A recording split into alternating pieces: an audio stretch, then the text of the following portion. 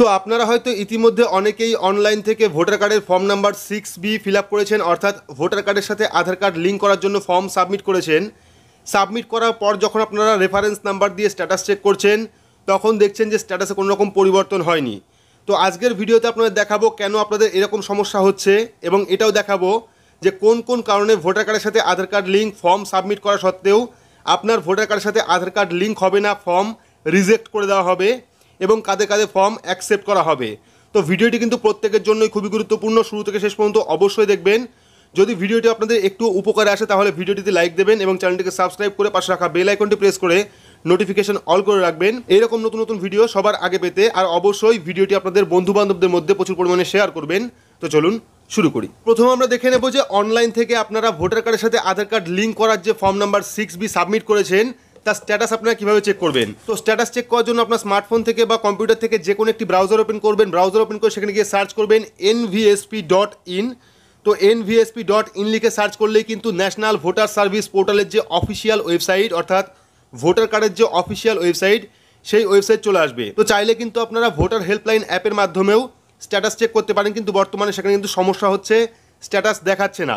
তো আমরা কি করব, ওয়েবসাইটে আসার পর নিচের দিকে চলে আসবো এবং আসলে দেখতে পারবেন এখানে লেখা আছে ট্র্যাক অ্যাপ্লিকেশন স্ট্যাটাস। তো এই যে অপশনটা ট্র্যাক অ্যাপ্লিকেশন স্ট্যাটাস, সেই অপশনে ক্লিক করবেন। ক্লিক করলে কিন্তু পরবর্তী একটি পেজ ওপেন হবে যেখানে দেওয়া থাকবে এন্টার রেফারেন্স আইডি। তো ভোটার কার্ডের সাথে আধার কার্ড লিঙ্ক করার জন্য ফর্ম নাম্বার বি যখন আপনি সাবমিট করেছিলেন, ফর্ম নাম্বার 6B যখন আপনি সাবমিট করেছিলেন, সাবমিট করার পর কিন্তু আপনাকে একটি রেফারেন্স নাম্বার দেওয়া হয়েছিল, যে রেফারেন্স নাম্বার এখানে দিতে হবে।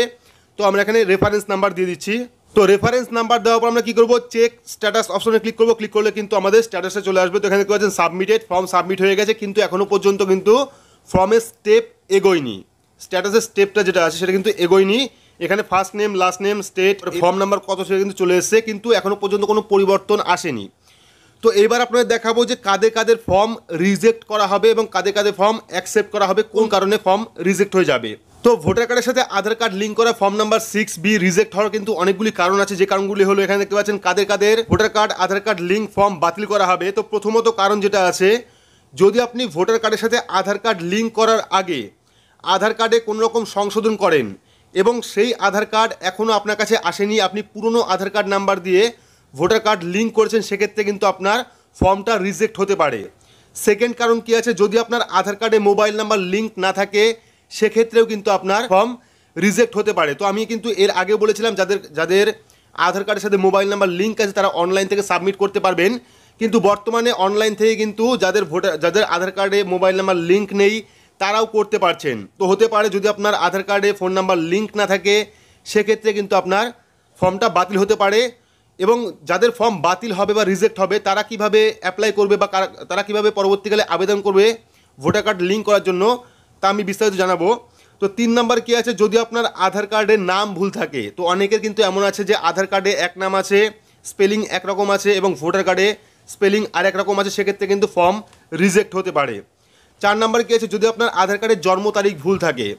তো এমন কিন্তু প্রচুর লোকের আছে যাদের আধার কার্ডে 1 তারিখ আছে ডেট অফ বার্থ এবং ভোটার কার্ডে আরেক তারিখ আছে ডেট অফ বার্থ, সেক্ষেত্রে কিন্তু তাদের ফর্ম রিজেক্ট করা হতে পারে। অর্থাৎ ভোটার কার্ডের সাথে আধার কার্ডে মিল না থাকলে পরে কিন্তু সেই ফর্ম রিজেক্ট হতে পারে। 5 নম্বরে কী আছে, পুরনো ভোটার কার্ড যাদের আছে তারা অবশ্যই নিজের ভোটার কার্ড চেক করে নেবেন। তো পুরনো যে ভোটার কার্ড ল্যামিনেশন করা যে ভোটার কার্ডটা ছিল আগের, সেই ভোটার কার্ড যাদের আছে তারা অবশ্যই একবার ওয়েবসাইট থেকে চেক করে নেবেন যে আপনার ভোটার কার্ড ভ্যালিড আছে কি না। এখন কিন্তু অনেক লোকের পুরনো ভোটার কার্ড নেই, সবাই কিন্তু রিনিউ করে নিয়েছে প্লাস্টিক ভোটার কার্ডে। সেক্ষেত্রে আপনারা অবশ্যই দেখে নেবেন যাদের কাছে পুরনো ভোটার কার্ড আছে তারা অবশ্যই একবার ওয়েবসাইটে চেক করে নেবেন যে আপনার ভোটার কার্ড ভ্যালিড আছে কি না। 6 নম্বরে কী আছে, ফর্ম ফিল আপ করার সময় ভুল আধার নাম্বার দিয়েছেন। তো আমাকে কিন্তু প্রচুর লোক কমেন্ট করেছে যে আমি ফর্ম সাবমিট করার সময় আধার কার্ড নাম্বার ভুল দিয়েছি, ভুল দেওয়া সত্ত্বেও কিন্তু আমার ফর্মটা সাবমিট হয়ে গেছে। তো তাতে কিন্তু ফর্মটা রিজেক্ট হয়ে যাবে যেহেতু আধার কার্ড নাম্বার ভুল দেওয়া আছে। তারপর 7 নম্বরে কী আছে, একটার বেশি আধার কার্ড। এমন প্রচুর লোক আছে যাদের কাছে কিন্তু একের অধিক আধার কার্ড আছে, অর্থাৎ তারা বারংবার হয়তো আধার কার্ড চেঞ্জ করেছে বা অ্যাড্রেস চেঞ্জ করেছে, সংশোধন করেছে, সেক্ষেত্রে কিন্তু তাদের কাছে একের অধিক আধার কার্ড রয়েছে। যদি তারা পুরনো আধার কার্ড ইউজ করে সেক্ষেত্রে কিন্তু তার ফর্ম রিজেক্ট হয়ে যাবে।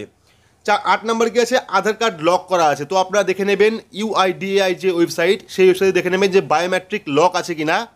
যদি আপনার বায়োমেট্রিক লক থাকে সেক্ষেত্রে আপনি বায়োমেট্রিক আনলক করে নেবেন। আনলক কীভাবে করবেন এই নিয়ে কিন্তু অলরেডি আমরা ভিডিও করে রেখেছি, ডেসক্রিপশন বক্সে ভিডিও লিঙ্ক দেওয়া থাকবে, গিয়ে দেখে নেবেন।